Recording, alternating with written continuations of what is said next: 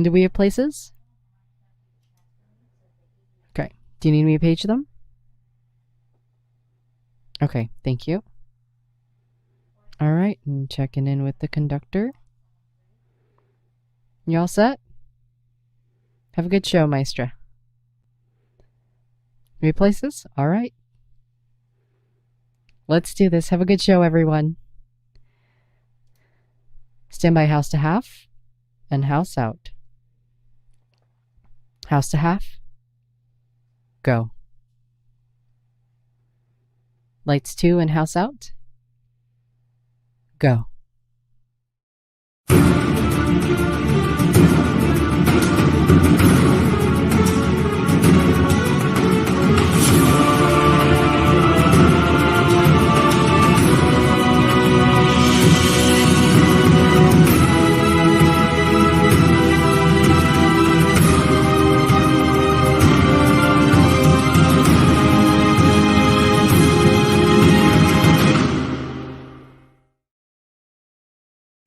The ghost light, a single bulb left center stage after each performance, has traditionally served as a supernatural offering to those who came before us and those we have lost, to ensure that the theater, their theater, never goes dark.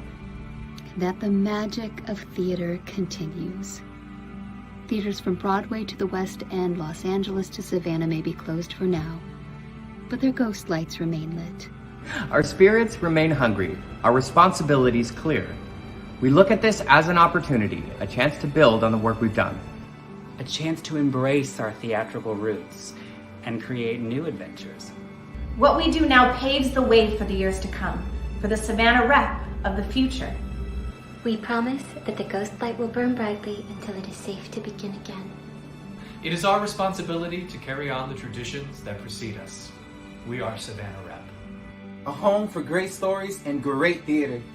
The hands of the clock will move again, and this is not the end of the story. It's a new beginning. A new beginning. A new beginning. A new beginning. A new beginning. A new beginning. A new beginning. A new beginning. A new beginning. And we'll see you soon.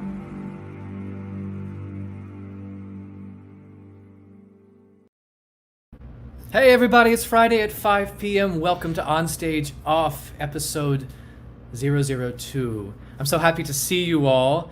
I was hoping we would get 10 episodes in, maybe 20, maybe 60 or 70 before we had a technical failure. Unfortunately, I believe we're facing one right now. I believe one of the guests is watching the broadcast on Facebook Live and has not checked their email for the link to be part of the broadcast. I'm saying cryptic things like this because I suspect it's what might have happened, and if it's not, maybe I'm wrong. But this is an era of change. This is an era of intervention. I asked someone to hop on and help me out until we had our guest on. This person is Christopher Soucy and is one of the finest people that I know. I'm not even gonna mince any words. I made a banner for him. It looks like this. His face looks like this. Please welcome to the show, Chris Soucy. Woo! Hey, nice shirt, Chris. Wow, well, thank you very much. I'm fond of it. I have like a whole closet full. I want to point out that I can see what everyone's doing in the green room before they come on, and you were doing some like serious mirror work. Can we see what it is that you were doing? There's a mirror here, and I realized that it is in the shot. So I was like, can I get it out of the shot? But then there's a wall here. And I was like, I maybe I can scoot it, and it's not an easily scootable thing. So I think this is the point at which we, if we had the mirror in the shot a little bit, after it's been in the shot for like 5 minutes, you walk up to the mirror in the mirror, and yeah, then look at yourself, and then walk away. Yeah, the sadness.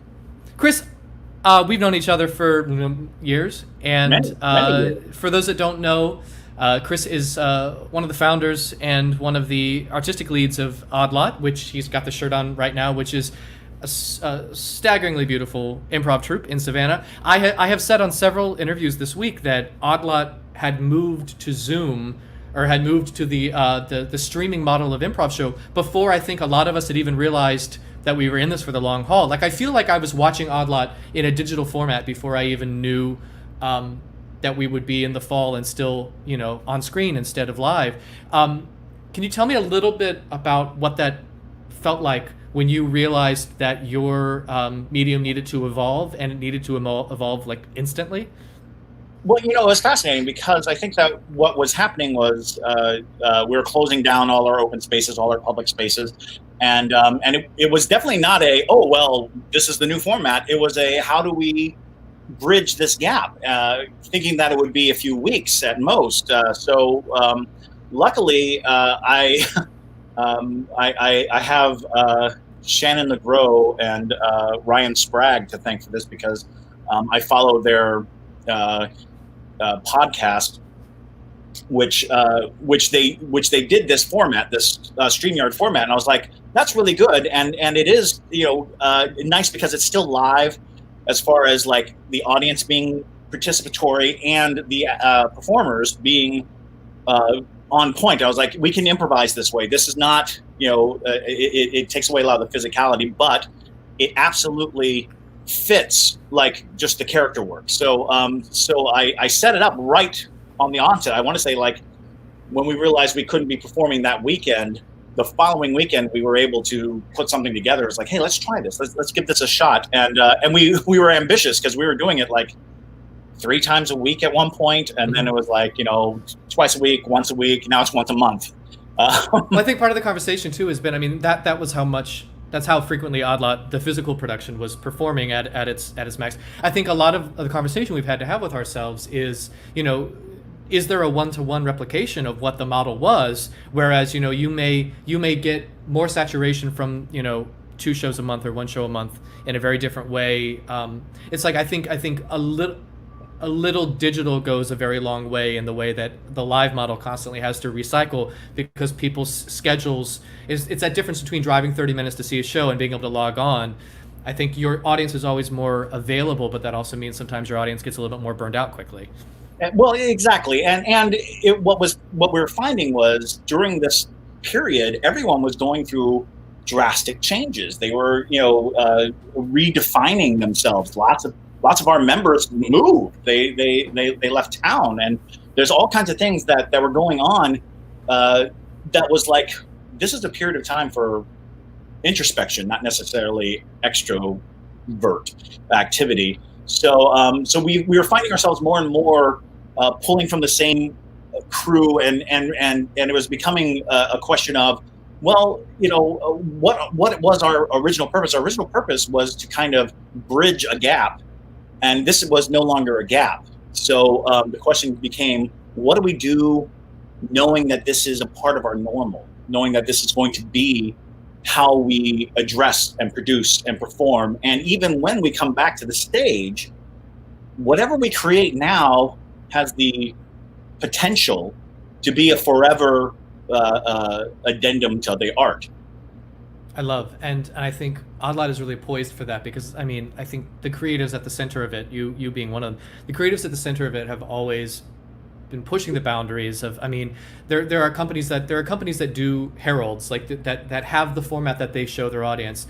And while you have found great success with the short form, I know you've always been pushing the boundaries, and it feels like this is a very natural evolution. It's one that we didn't necessarily think was going to happen. But I want to ask you briefly before we say goodbye to you today.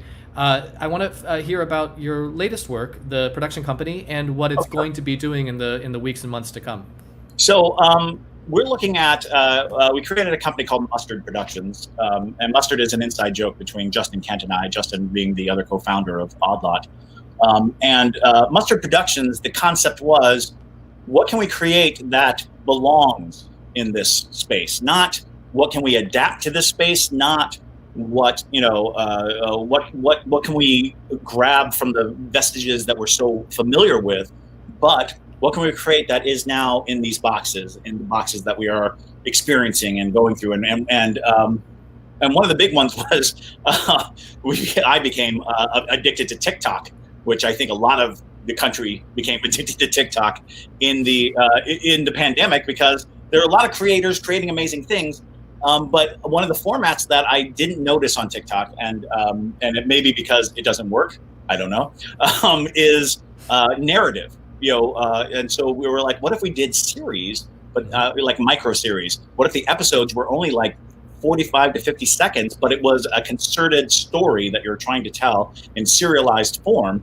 So we're like, let's take a gander at that. Let's see if we can't create something. And what we needed were the apparatus of the storytelling being, what can I make this camera represent, and how can we tell the stories utilizing the tools that are present to us. So Mustard Productions, which we're rounding out how it's all going to look, and we'll probably be unveiling the first series hopefully next week.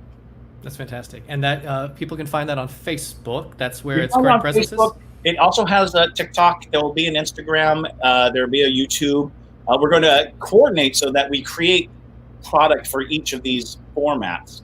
Facebook is where you're probably going to see the most of it, like where we're going to put a lot of the creation of it. Like right now I have a running first episode, rough sketch of an episode. But I think we will be able to, talk and be more open about the process on our Mustard Productions Facebook. I love it. My first guest, Christopher Soucy, is an actor, a writer, a director, one heck of a guy, and I'm very grateful that he popped in to tell us about his new programming. I always forget that we don't have an audience, so when I say please give it up for Chris Soucy, nothing's going to happen, but we know that something's happening. Chris, we'll talk very soon. Thanks for being here today. Yeah, absolutely. All right, bye. I am so happy to have this show. I think it bridges so many of the communities in my life, communities that I relish. For those that are watching that are from different communities, I want to remind you that we do see the comments that you're posting on both the Facebook and the YouTube streams. If you have questions for any of our guests or you'd like to find out more afterwards, we'll definitely be sharing all of their vital information and places where you can catch up with them after the show. But feel free to ask questions. You might have one pop up in the show like this, like Paul saying, hello from #WhyNotTheater. Hello to you, Paul, and thank you for watching. The snapping doesn't actually do that, but I've decided that it does. So that's the brand new thing that we're going to do with the show. My next guest, I knew, it's one of the situations where I knew our next guest because of the company that they were keeping, as it was company that I was too familiar with. And it's that wonderful thing that happens when you know that if someone is well respected and liked by a certain group of people, that you will also well respect and like them. It's, good company keeps good company. We have brought this individual on to be the artist in residence liaison for Savannah Repertory. He's going to help us move into the next era of new programming, new works, as well as devised pieces. It's our pleasure to have him here on the show today. Please welcome Michael Jacinto. Hi. Hi, how are you? Making me sound so important. Thank you. Well, you are important. I'm just relaying what's on my notes here in front of me. That was beautiful. Michael, how are you? I'm well. I'm doing really good. I know we had a socially distanced meeting, my first one in 6 months, on the roof of my building on Tuesday. Are you back in Albany now? Back in Albany. Excellent. Mm-hmm. It was good to see you in the city. It was awesome to see you too. That was actually like our first full-on real conversation.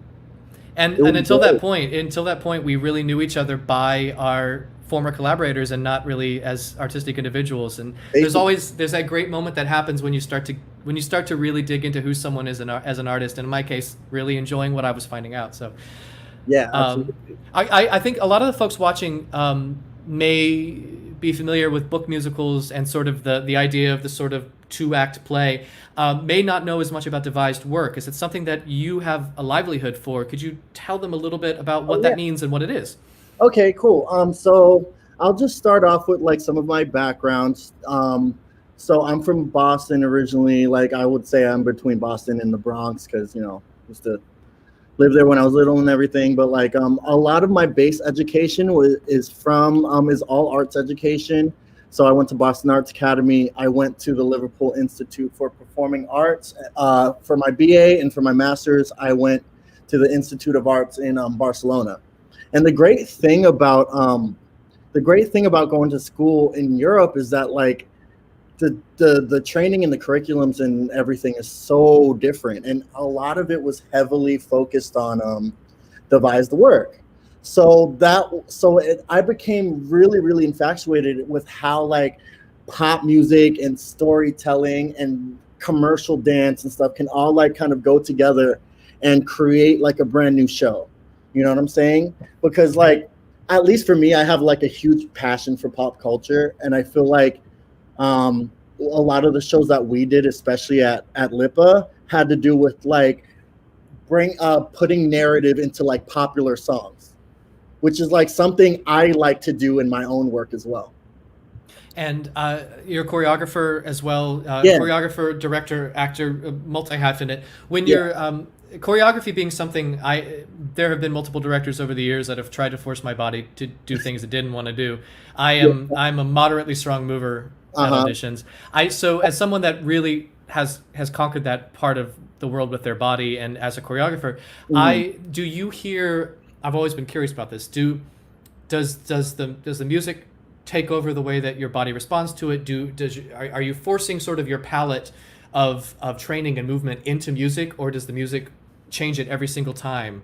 Does that make sense as a question? Are you talking about within my body or within like me trying to choreograph on somebody? I think more so when you're trying to put music into people's bodies, how much of it is using sort of the technical language that is sort of known and taught the world around, and how much of it is that sort of subjective conversation about listening to what the music is telling their bodies to do? For me, it's all music.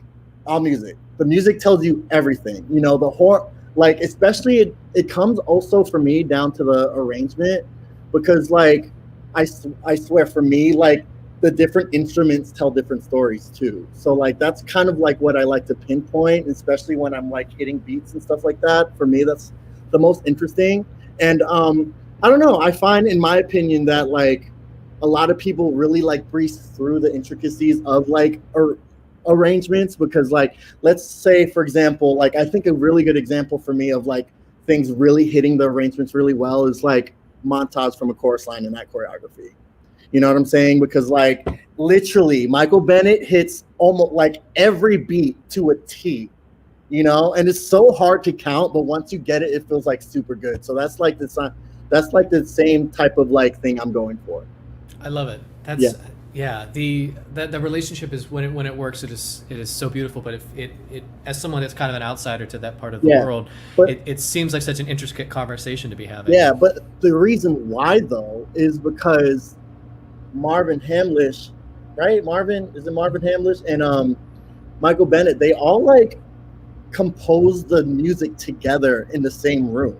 It's not separate. Like that's why, you know, basically, like for example, like Music in the Mirror, that whole solo was like the music was based on the choreography. Mm-hmm. The choreography, it was not based on the music. So that's why like the different beats and stuff in that particular solo as well, it just flows so well together. But it's because the choreography actually leads it, and that's something you don't see a lot in musical theater nowadays, in my opinion. I mean, I think Chorus Line being famously one of the great devised musicals in that it was the reel-to-reel all-night recording session that became sort of this. I think it's a great reminder. It's a great reminder that there's no one charted way to make an enduring piece of theater. Absolutely. I totally agree with you. Michael, the last thing I want to chat about before we say goodbye to you today is we both revealed passions for Sondheim while we were having our socially distanced meeting, but we didn't get to finish that conversation before you had to head on to your next thing. I'm curious, just put you on the spot. Yeah. What's one of the musicals that just speaks to you from sort of the canon of, you know, one of the very great elder kings of our industry? Oh, well, here's the thing. We can talk about Sondheim or we can talk about Sondheim, if you know what I'm saying. So what you're saying is we can't passively talk about Sondheim. I can't me as a person of color cannot passively talk about Sondheim. If you know what I'm saying, I'm not going to say any more about that. But my favorite Sondheim piece in terms of like, oh, beautiful, amazing, genius music and stuff like that is Sunday in the Park with George, 100% every single time. You know what I'm saying? Because like, okay, so when I was like in high school, my school had like a little library that like we could rent out DVDs and stuff from. So like I would rent out Sunday in the Park with George and Into the Woods and watch it like almost every weekend. I was obsessed, especially with Sunday in the Park with George, and the second act too, with the whole little globe Epcot looking thing and like the machine and so on and so forth. I loved it. I was like, yo, this is so cool. But, you know, unfortunately, Sondheim doesn't really take us into account, which is something I feel like needs to change. You know what I'm saying? But I'm sure once casting starts kind of like opening up their mindsets on who can be what and so on. Like I have an example, like what kind of like, and now this is one of my last thing. You know the Donmar Warehouse, right? Of course, yeah. Okay, so that's like, it's a theater in London. And the first Black Bobby I've ever seen was at Donmar Warehouse when I was doing my little research. And that kind of, I was like, whoa, I was blown away that like there was like a Bobby that like somebody I could be like more familiar with. So I think, I mean, and then that's for me as a man and so on and so forth, because I know they did a gender swap type of version. So I'm sure, and I didn't see it, so I'm not sure how the conversation between that show has changed within like the gender swap. But for me, like that is my favorite. I would say that's my favorite production of Company. And also like, but again, nobody can like beat Mandy Patinkin. Nobody. No one. Insane. Nobody. The guy's insane. So but, good. Yeah. Michael, I know a lot of Savannahans don't know you yet. In fact, you're coming down for the first time next month. A very strange world in which to be encountering Savannah for the first time. Right. But I know people are going to love getting to know you. I know that there is going to be a lot of great work in this next era. You and I are sorting through scripts right now, figuring out what that's going to be. I'm so excited to work with you, Michael. We're already finding such amazing things. So like, look, if anybody has anything to submit or share, anybody who's watching this now, we're like always happy to look at some new work and stuff like that. It just gets me so excited. Yes, and you can send unsolicited, don't worry about it. A cover letter would be great, but you don't have to have an agent to send it in. You can send it to what'sup@savannarep.org. It will get both of our boxes, and we'll read it because we're hungry and enthusiastic and want to see what you want to see on stage. Michael, it's a treat to see you. My guest, Michael Jacinto, is an actor, a choreographer, about to be an artist in residence liaison, and I'm delighted to say is one of my newest friends. Round of applause for Michael, everybody. What I love is I can see all the other guests clapping, which is its own sort of joy. We're going to take a quick commercial break for a product that does not sponsor us, and when we return, we will have the extraordinary Karla Knudsen. Gleaming in the morning light, home of She-Ra shining bright. Crystal Castle. You put it together. She-Ra sold separately. You can pretend. Magic things shine everywhere, cause it has a secret power. Lifted high on her throne, She-Ra saves the world alone. The fate of the world safe in Crystal Castle, Princess of Power. Crystal Castle comes with everything you see here. She-Ra dolls sold separately. New from Mattel. Topicality is what we're yearning for here at OnStageOff. We like to stay right on the bleeding edge of the products that are available for you and your children during this pandemic. Crystal Castle. My next guest, there's no one to laugh at me either. This is just someone that was raised in the open mic and the art scenes. This is a very strange medium. I'm trying to get through this, y'all, and I appreciate your patience. My next guest taught me most everything that I know about theater. She might demur, and she probably doesn't want to take credit for some of the stuff that I've displayed ever since she showed me all of that. But I am honored to have her here. She is an actor and a director and a very dear friend. Please welcome Karla Knudsen to the show. Crystal Castle. Yeah, it's the fact. I mean, that's 1980. I think it's 1985. There was like moving parts, and there was. Oh yeah. You know, I think that was my prom theme. I'm pretty sure. Karla, I'm pretty sure. I'm gonna lose these because that's just annoying. Oh, I was enjoying them. I was going to say I was having a lot of fun. Yeah, they look really good. Okay, well, coming back. They're coming back. Karla, I have so many questions for you. Oh boy. The first question I have for you is, you have played. You're a charter member of Collective Face, which is a repertory company in Savannah. That charter goes back to which year? Oh, Is you're it? putting me on the spot. Yeah, I'm so sorry. It's like 2000 and what are we? 2020 now? Yeah, 2009, 2010. 2009, 2010. Yeah, you probably have notes there, right? I do. Right. I can double check. Sorry, It's like, yeah, the thing is when I go to the notes, that it's sounds right. definitely 2009, 2010. Yeah, 2009, 2010. I have seen you play a lot of characters under extraordinary stress and inside of extraordinary circumstances. For those that don't know, the last time that we had a real chance to work together was when you played Marmee in our beloved and our Little Women of 2 seasons ago. And you know, for someone that I think Savannah knows your chops from a dramatic perspective. I think a lot of people were really excited to see you in a musical, and I was excited and knew it was going to happen like this, that you brought all of the dramatic training to bear inside of a musical piece. So when you are chasing these characters that are they're the kind of stress that forms a diamond, the kind of circumstances that would make people weep, what are you reaching for in your actor's toolbox to sort of inhabit these people, and how do you sort of work that out through your face, your mouth, and your eyes? Wow. Well, first you go through a global pandemic. No, I mean, I think I gotta lose these. It's driving crazy. That's fair. I think a lot of folks think that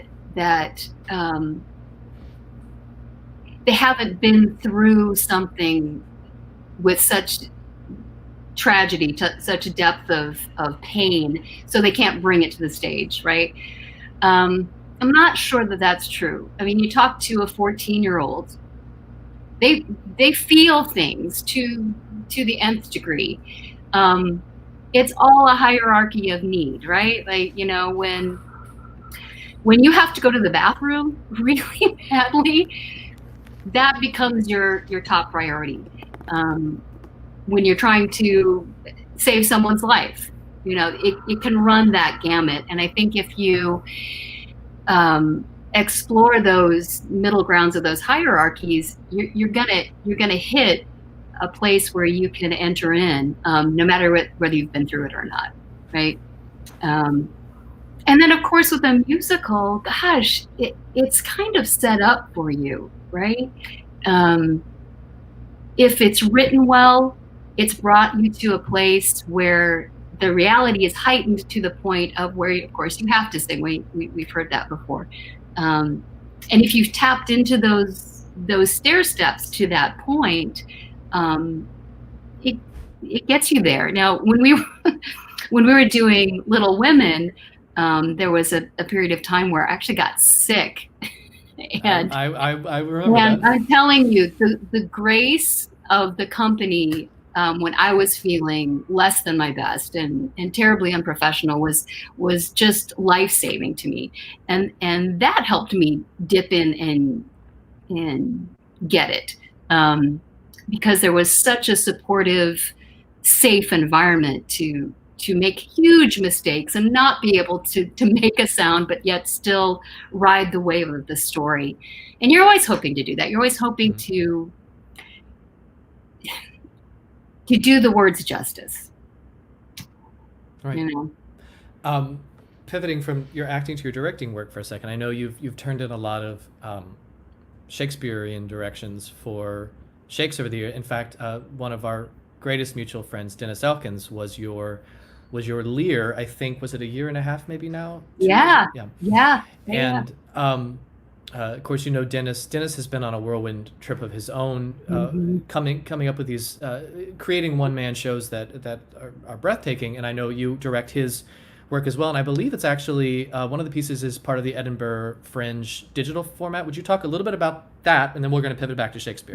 Yeah. Dennis and I started working, we worked together at SCAD. In fact, our desks faced each other. So, you know, every once in a while we'd look up from the maelstrom of the day and just try to connect with each other. But we started working on a piece called Box, probably about 8 years ago. And then it went dormant for a while. And then we woke it back up a couple of years ago. And it's developed into this trilogy, of which we have 1 3/4 of that trilogy put together.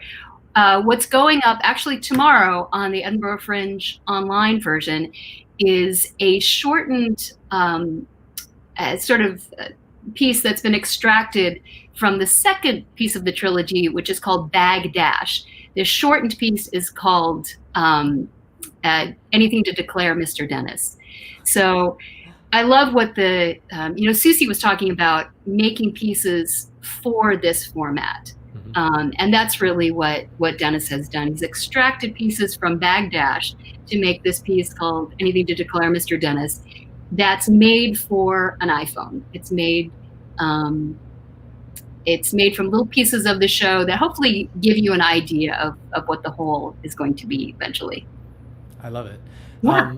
My last quick question for you, because I know this is like Sondheim for Michael. This one could go on for a while. So, in the Shakespeare canon, is there one play, and if there's more, that's good too.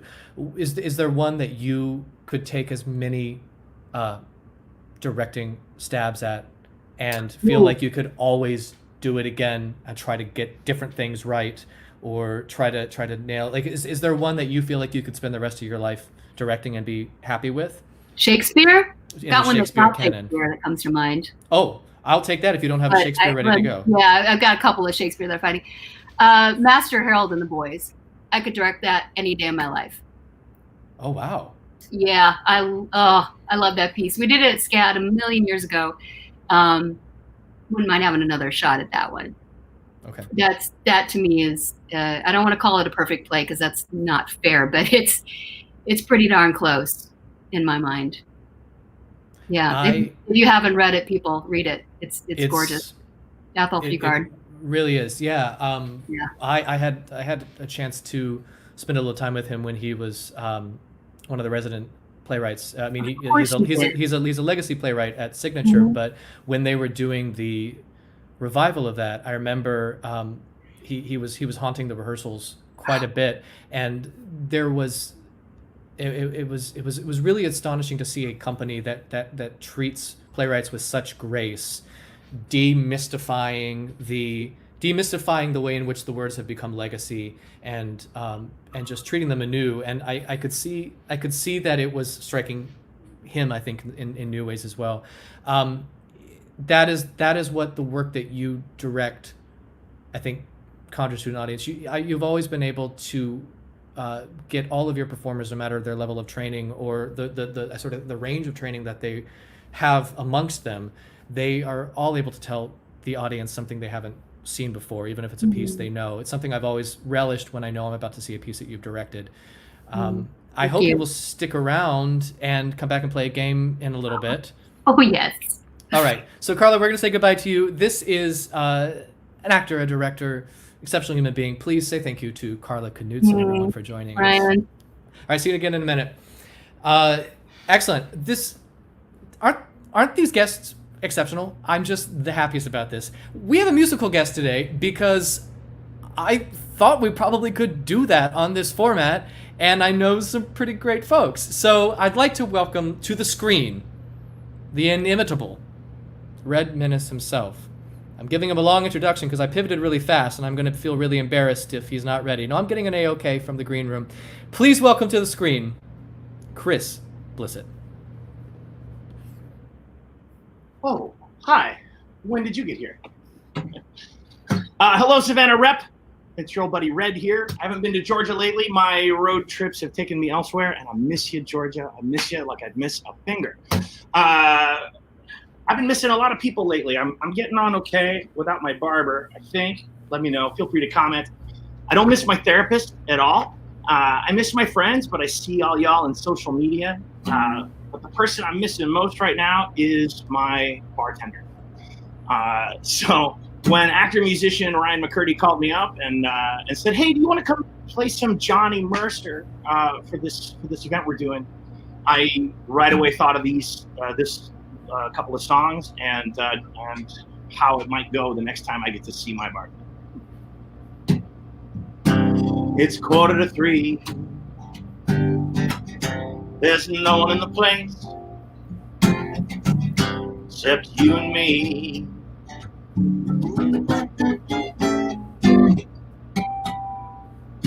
So set 'em up, Joe. I got a little story I think you should know.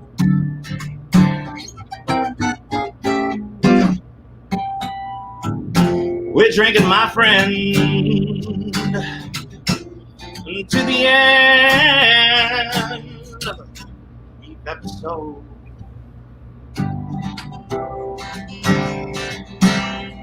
So make it one for my baby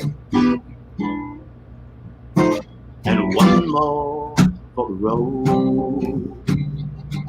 But knowing Joe, he'd probably say something like this.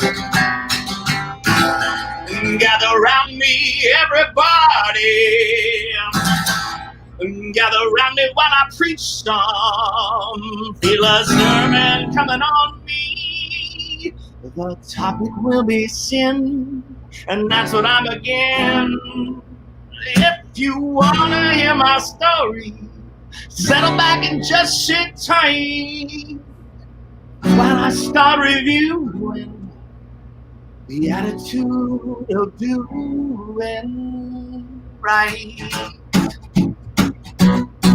You got to accentuate the positive, eliminate the negative, like Sean to the affirmative. Don't mess with Mr. In Between.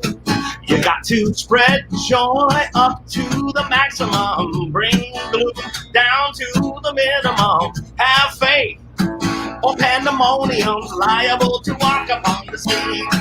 To illustrate my last remark, Jonah in the whale, Noah in the ark. What did they do when everything looked so dark? They said we better accentuate the positive, eliminate the negative, latch on to the affirmative. Don't mess with Mr. In Between. No, don't mess with Mr. In Between. Well, that's how it goes. And so I know you're getting a little bit anxious to close.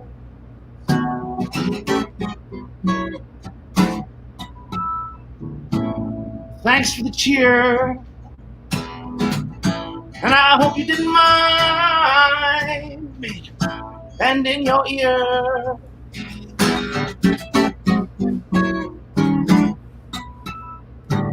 This torch that I found, well, it's gonna be drowned, but it's gonna explode. So make it one for my baby and one more for the road, that long, long road. Yeah, make it one for my baby, one more for the road.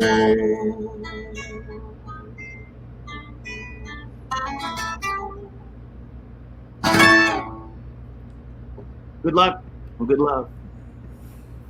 Ladies and gentlemen, that is Chris Red Blisset. Oh, and a medley. For those that may not know, Mercer is a Savannah man. Extraordinary depth of catalog. I think people are still trying to figure out how to catch that lightning in a bottle theatrically, and I can't wait until we see the show where it all comes together. Ladies and gentlemen, I'm so excited to introduce my next guest. My next guest is a 2-time Tony Award-winning actor, writer, raconteur, widely considered to be one of the finest clowns that has ever graced a stage. I have proof of, I can show you the exact moment when I fell into the cult of this performer, and it was when I saw this. You need a director! No, I don't want a director!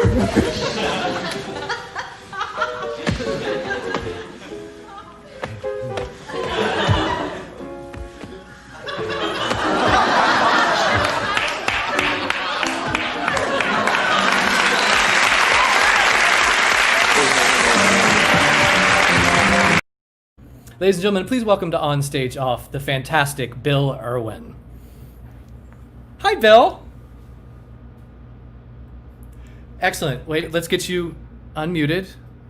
It says I cannot unmute you as you've chosen to mute yourself. Can I hear you now? You know, the icon is tricky. Am I now unmuted? Can you hear me? You are. You sound fantastic. Hi, Bill. Oh, okay, good. Do you also hear me? I hear you. I can't say I've mastered the StreamYard form, but I guess we're speaking to each other. We are, and I like that you've got frames inside of frames as your backdrop today. It's I was talking to someone earlier this week. We had a technical run through, which was pretty hilarious a couple of days ago, talking about moving inside of these little screens inside of our bigger screens. I was talking to a journalist yesterday who I think coined a term which cracked me up, which was, this is the first time in history we've had to think outside the box by getting inside of them. And I thought that was such a really lovely thing to do. Then I was doing background before having you on the show, and I remembered that many generations before this pandemic, you were doing visual work in largely New York, in placing yourself into monitors and engaging in that sort of, you were ahead of the curve as far as the projection design that has now taken over Broadway. Well, we were certainly ahead of the lightweight equipment curve, because we did these things, putting a video image on stage and interacting with it with these huge, heavy Sony monitors back in those days. So we had one of those on wheels in a Broadway piece called Largely New York. And yes, it was fascinating to me to think about the person outside the box looking at his own image inside a box, and the two of them relating to each other. And it was hours of tedious work to try to make 4 or 5 seconds work. And it does. At least you nailed it. It works in the broadcast that I have seen. So you got it right at least once, which is really all you need when it's being filmed. Yes, although when we were doing 8 shows a week on Broadway, the stakes were high, 8 times a week.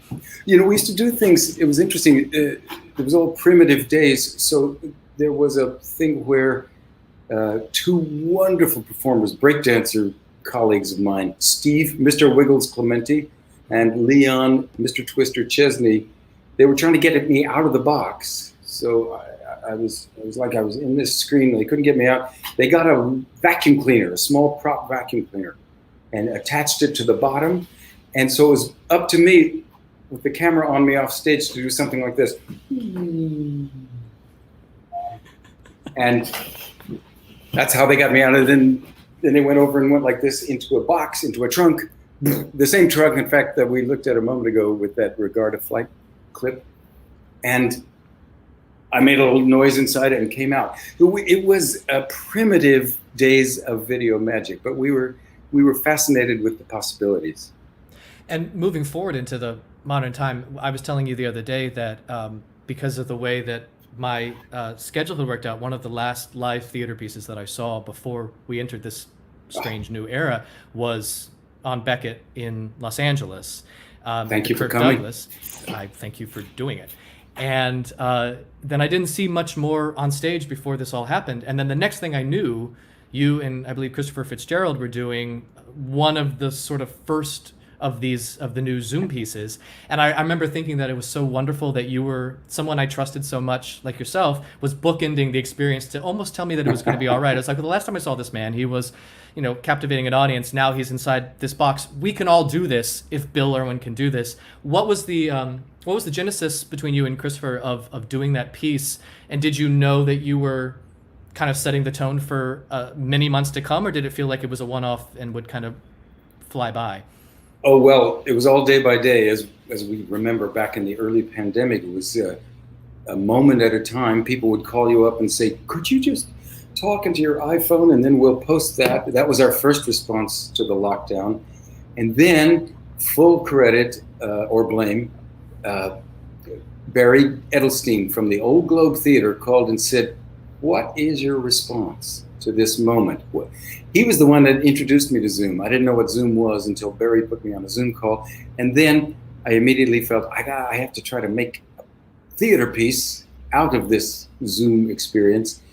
By the way, Ryan, I'm hopeful that it's a little footnote in theater history. I hope we'll be reading and vaguely remembering Zoom theater before too long. At the moment, it's all we have. It's a little bit like living on a ventilator. It's not actual theater, but it's our impulse. It's our best impulse to do theater in this time. But yes, we just, Barry and the Globe put Fitzgerald and I together, and we tried things. Interesting point of craft, because it was fascinating to hear Karla Knudsen talk about theater craft and how she approaches things. We found that to make anything work with any kind of natural feeling rhythm, we actually had to push it. We had to push the Zoom technology so that as Fitzgerald was finishing something, and it would be terrible to do to a colleague on stage, but I was getting ready, so I come right in. And that was the only way that we could build, and sometimes it worked, sometimes it didn't. But otherwise, you get, as all will remember from the early Zoom theater days, you get this kind of, if music be the food of love, play on. And then the other actor goes, yes, and I'll respond now. It was an excruciating form early on, and what we found, again, is we had to kind of artificially push it in order to get any kind of back and forth rhythm. And like I say, I'll be glad when it's a footnote in history. Thinking about positively about the live world, New York had a chance to see Beckett at Irish Rep. Los Angeles had a chance to see on Beckett at Kirk Douglas. Are you off the Beckett train for a little while? Are we going to get more Beckett? Do you know where that might land next yet, or is it all sort of open-ended right now? Well, funny you should ask. I practice the Beckett passages every day in the shower. I have to keep them up there. It's weird. One of the reasons that I came to do the On Beckett evening is because those pieces wouldn't go away. They stay, that for some reason that I'm still trying to figure out, that text stays with me and stays memorized, or at least partially memorized, better, more effectively than lots of other things I've put into my brain as an actor. Edward Albee, I love his work, but it tends to go, it's gone now. Shakespeare, I memorize it laboriously and it goes away. Beckett stays in there. I do have to practice it, refresh it to keep it really present. But I look forward to the day when we'll be able to do things, and maybe there's a transitional period when On Beckett, hint, hint to all theater producers, On Beckett may work as a one-person piece with a distanced audience. It may lend itself to that. But I look forward to doing this piece for the rest of my years. However, in the immediate, the Irish Rep folks, crazy individuals that they are, we are talking about reconceiving it for a virtual piece, so that rather than standing on a stage and looking at human beings and saying, thank you so much for coming, let me tell you what I have in mind. I want to share with you some passages from the writings of Samuel Beckett. Slide comes up because somebody up in the booth pushed slide. Now we're talking about speaking into a camera. It might be this camera on the laptop, or it might be a technician out standing in the actual theater with a mask on, 18 feet apart. And I will be saying, I'm thinking something like, thank you for streaming in. Let me tell you what I have in mind. I want to share with you some passages from the writings of Samuel Beckett. So it's many of the same words, but it's going to be, I think, a completely different perceptual and acting experience. It may bomb terribly. We'll see how it goes. I think I've been trying to exploit StreamYard a little bit as well. I think you find it's the same way, there are people that play video games to beat video games, and there are people that play them to discover all the things they weren't supposed to do. And I think I'm a button presser. That the one thing I've found is if someone comes in and out quickly, you can create this sort of like angry sense, which I think is really good. You see my instinct on that, right? We're still very new to StreamYard. It's a little less glitchy than Zoom, but you still can't quite get the timing of it right. I have a question about Regard Evening, or Regard of Flight, Regard Evening, which is one of the sort of through lines of your stage career is working with, I mean, just the absolute best musicians. I mean, Doug Skinner and more recently Shayna Taub. And when you sort of look at the years of clowning on stage, have you ever considered that your collected works, that are at least the ones that are clown based, are they anthological in a way? Is it that you are releasing episodes in your own development as an actor and a clown, or is it more that you just have the material that needs to get out at a certain time and the producer wants it? Are you thinking about these as being chapters in a saga, or are they one-to-ones for you?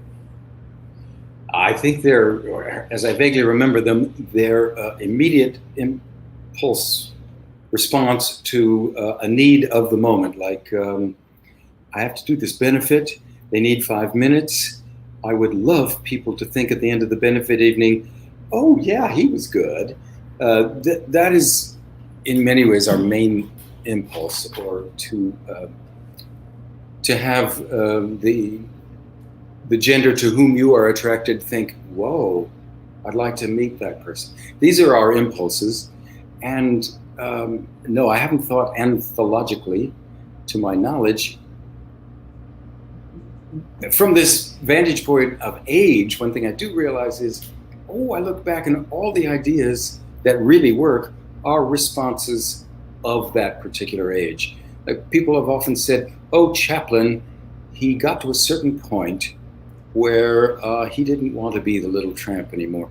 I don't think it was so much that as the Little Tramp wouldn't work anymore. David Shiner and I did a show, one of the great adventures, trying to keep up with David Shiner, for one thing, is a great adventure. A show called Full Moon. It was a Broadway piece where there were no spoken words except the lyrics.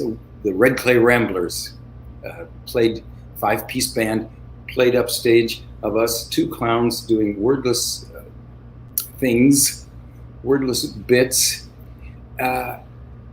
We would do things like where he invited a date from the audience, and no one works with strangers and audience members like Shiner does. It looks like he's abusing them. He's actually honoring them and making them the center in the most shrewd way. I mean, occasionally he does abuse them, but he would pick someone from the audience. He would be smitten with this woman on a date. I would come in as the sort of oily maitre d' and try to cut in on his date.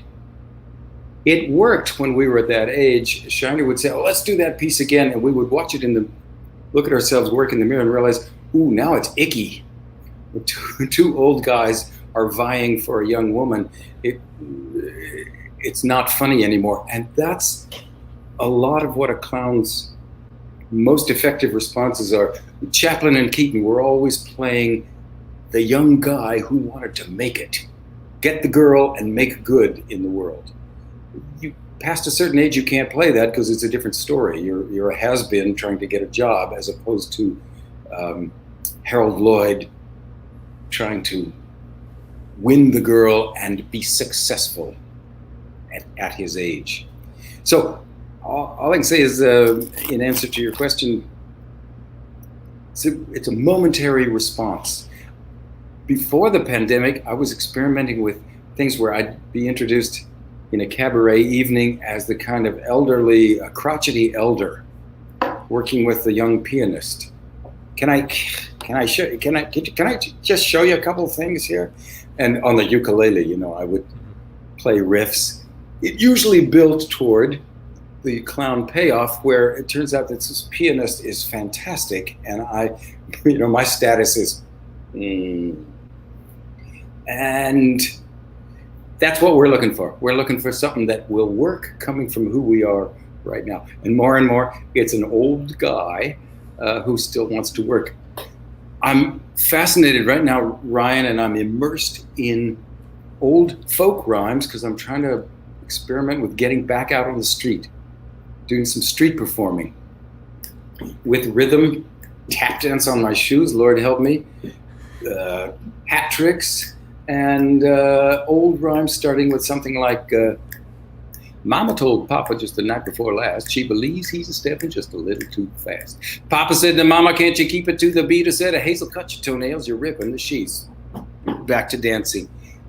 There's something that speaks to us, or I'm returning to my youth here, speaks to me, that kind of for I am doggerel, just loved. Mm-hmm. It was Shakespeare, who knew to really get elegant, you add one more I am, so that if music be the food of love, that's the beginning of a great folk rhyme, then I'm looking for a snack thereof, or, wherever you go with it. But of course, the bard knew if music be the food of love, play on. And then you're in a whole different rhythmic relationship with the language, with the audience.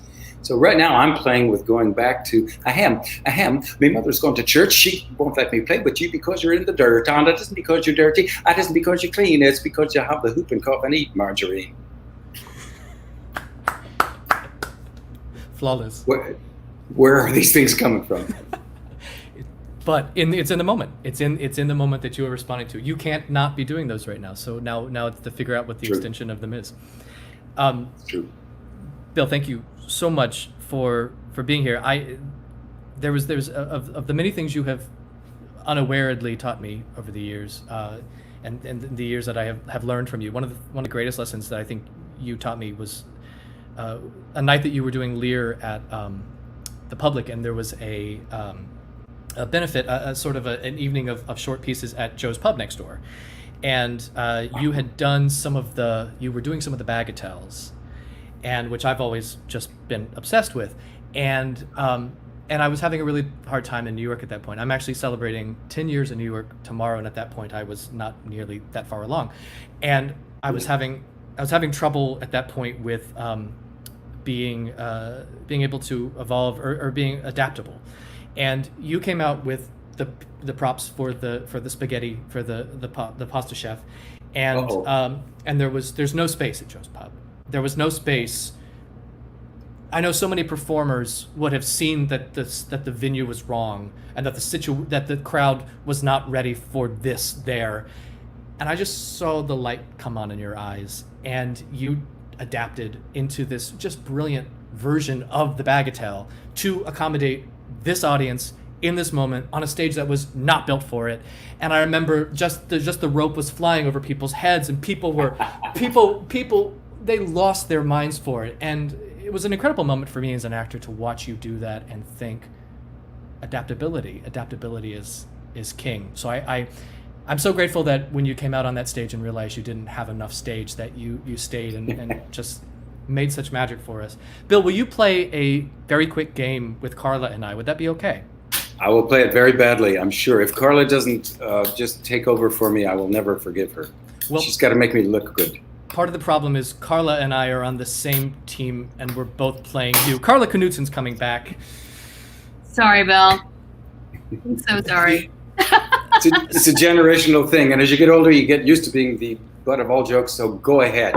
I'm ready. So here's what we want to do. So you might not think that I have an ulterior motive, the audience watching this, but I do. It's that our theater, like most of the professional regionals around the country, is having trouble, and we are trying to give back to the community to thank them for the love they are giving us, which is why we started this show and why we are playing fun games for a member of our donors and patrons. I'm seeing who it is. Excellent. Bill, you are playing for Jackie Stewart of Savannah, Georgia. Ooh. Who's going to get some sweet Savannah rep swag. We're asking you a couple of questions about Savannah. Karla, would you hit Bill Irwin figuratively with the first question, please? I will, Ryan. Thank you. All right, Bill Irwin.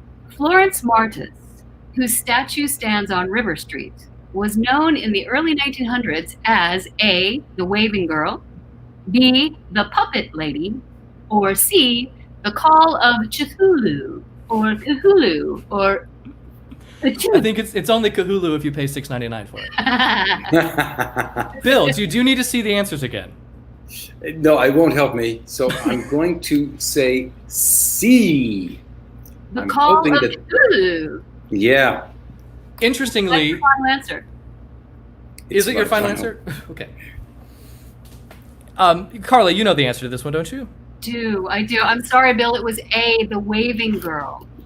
That felt entirely too contemporary because when I was a young clown in the 70s and we were all made up and we would drive to gigs, one of us had to be on waving duty at a time.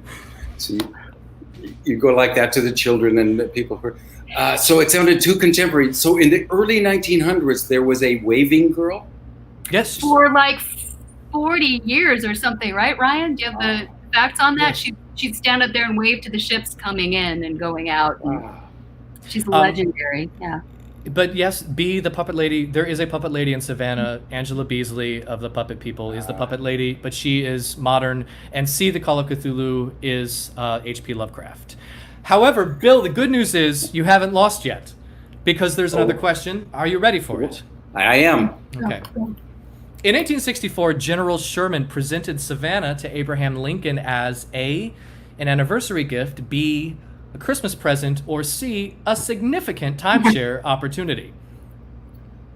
This is a terrible and brutal one. I think it's B. It's either A or B, and I'm going to say B. Is Sherman did present to the commander-in-chief his culmination of his march to the sea as some sort of gift, and I'm going to say perhaps Christmas gift. It was a Christmas gift. Well done, Bill. You're 1 and 1, and you're 1 and 1. You're making that sound like a really good record, but thank you. Interestingly, so we're going to go directly to the bonus round, because as it is 1 and 1, we do need 2 correct answers to win for Jackie. So we're going to show you this picture right here, and we're going to add it to the stream. There it is. Can you please, Bill Irwin, can you tell us, Karla Knudsen and I, what happened that was of historical note inside of this building, the Green Meldrum House in Savannah, Georgia? I can't, but I'm going to try to look like I can. It is not the setting of a novel of the 90s, the title of which I can't recall. That doesn't get us anywhere, does it? No, that was down the block. It looks very much like that house. I would almost accept that, but I'm actually kind of curious what your next guess is. Something happened in this house, and that's what, for Jackie's sake, we're hoping to suddenly find. Is that the case? That is correct. I will tell you, the judges are very lenient, so you do just need to come up with possibly a generic answer that I can morph into the correct one. Perhaps a wedding or a funeral took place here. In any case, it looks like a great deal of life, privileged life, of a certain sector of humanity was lived here. That's as much as I can conjure. That is all. Let me check with the judges. Yes, that is correct. It is a place. This is a wedding. This is a wedding venue. Now? It is currently a wedding venue. Bill, you're correct. And also, when Sherman occupied Savannah, in reliance to the last question, this is where General Sherman stayed while he was in Savannah at the Green Meldrum House, and he was of a certain caste and of a certain... I believe the judges are giving it to you. Bill, you have won the game that I forgot to name before the broadcast. You are the most wonderfully lenient talk show that I can imagine, and it's very, very gracious of you and the judges. I hope Jackie gets more swag. That's all I can say. We're gonna send her all the swag we have. Karla, we are gonna say goodbye to you with my appreciation for coming and joining us this afternoon. Thank you, Ryan. Thank you, Bill Irwin. Thank you, Karla. See you soon, someday.